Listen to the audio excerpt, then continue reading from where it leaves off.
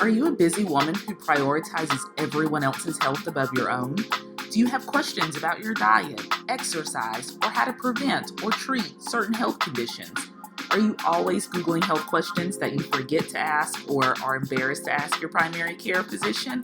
Girl, do you even have a primary care physician? Well, welcome to Headed to Healthier.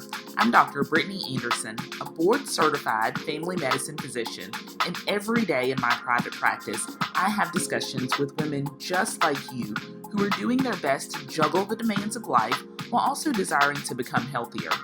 Inside this podcast, you'll find practical and actionable health tips that you can incorporate into your daily life. You'll get expert advice and insight from some of my awesome healthcare colleagues, and you'll hear relatable conversations with incredible women just like you who have made their health a priority and are thriving because of it. So throw on your sneakers and get some steps in while you listen. Or if you're driving, get those hands at 10 and 2 and let's dig in. We are headed to healthier. Hey, welcome back to this episode of Headed to Healthier. I'm so glad that you decided to spend a little time here listening to today's episode. I wanted to talk about something that I see often in clinic and that I end up spending a lot of time talking with my patients about, but also I go through this myself, and that is making sure that I'm not setting vague goals and making sure that my patients aren't setting vague goals. Now, too often we do this. We'll say things like, I want to get healthier, or I want to get better sleep.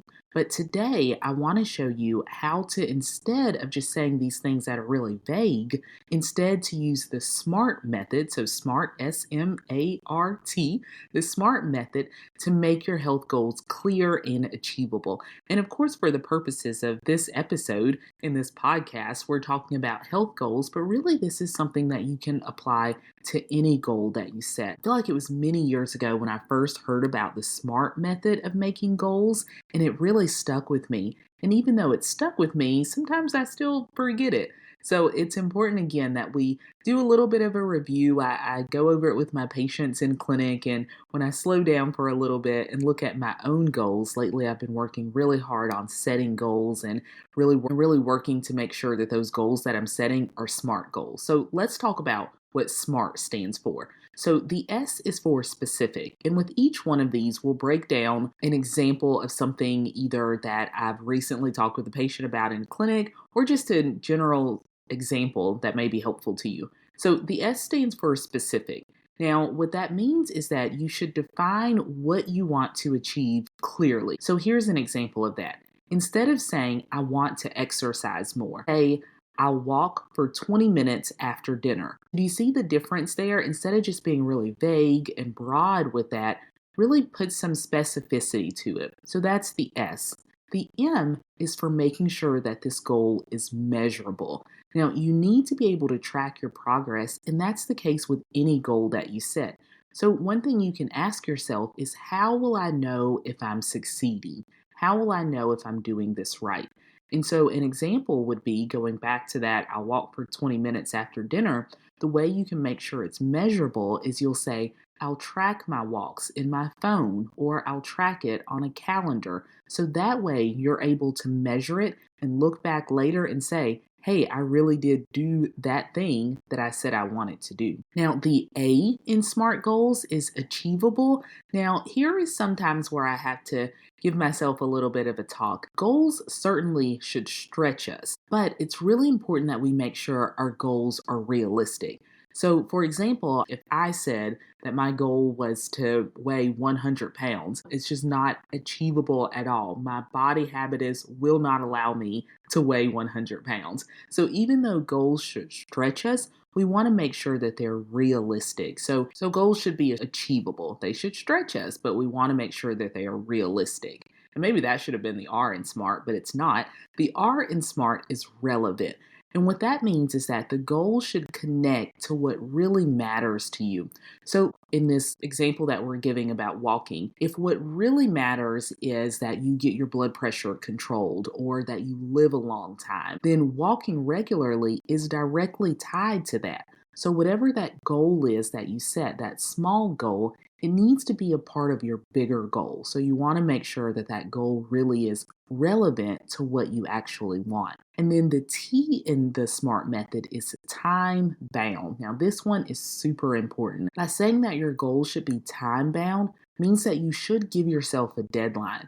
So, for example, I'll walk for 20 minutes after dinner 4 days a week for the next month.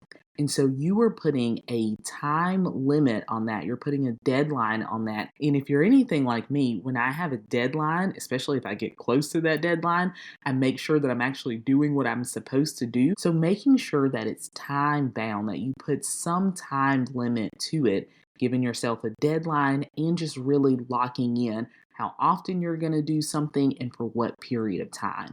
So let's review those again. S is for specific. The M is that your goal should be measurable. The A is that it should be truly achievable. The R is that it should be relevant to what you actually want. And the T is that it should be time bound. So let's bring that all together. Say we were going to combine all the steps of the SMART goal with that example that I was giving you before related to walking.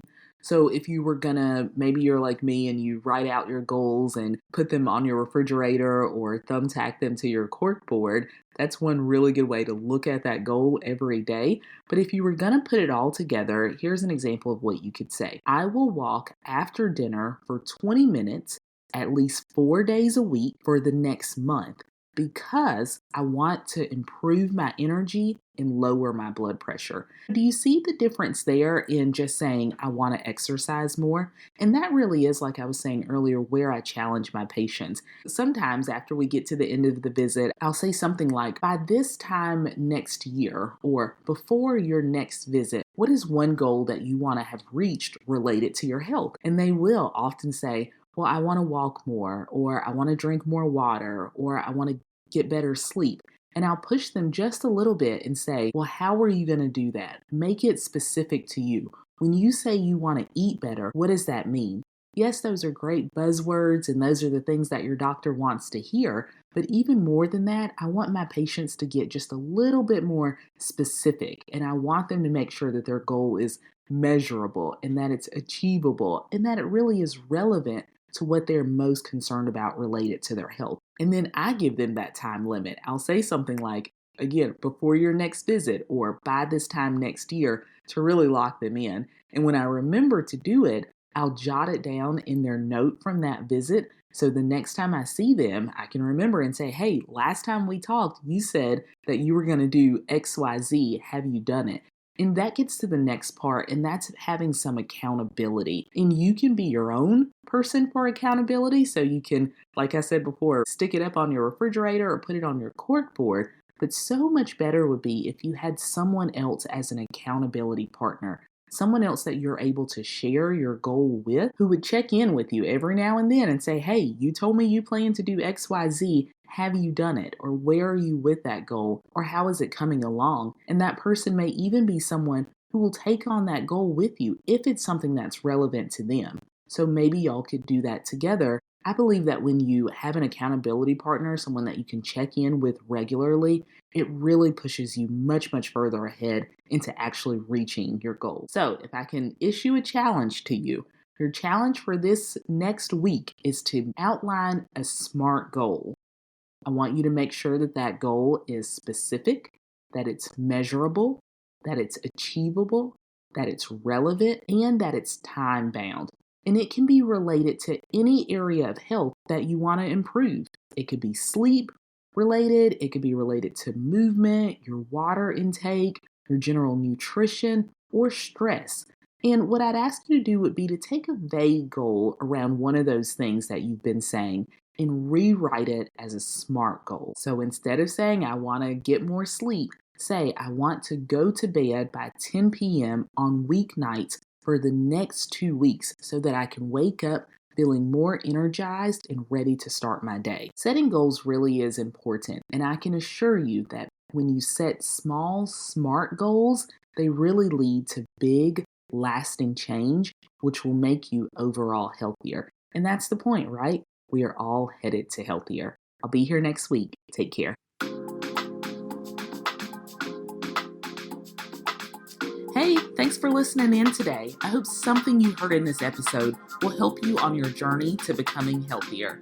Remember, this podcast offers general health information. I am not your personal physician.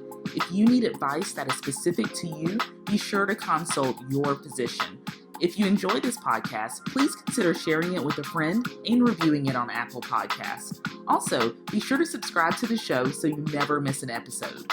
Tune in next week for another great episode of Headed to Healthier. Until then, take care of yourself. Talk soon. Bye.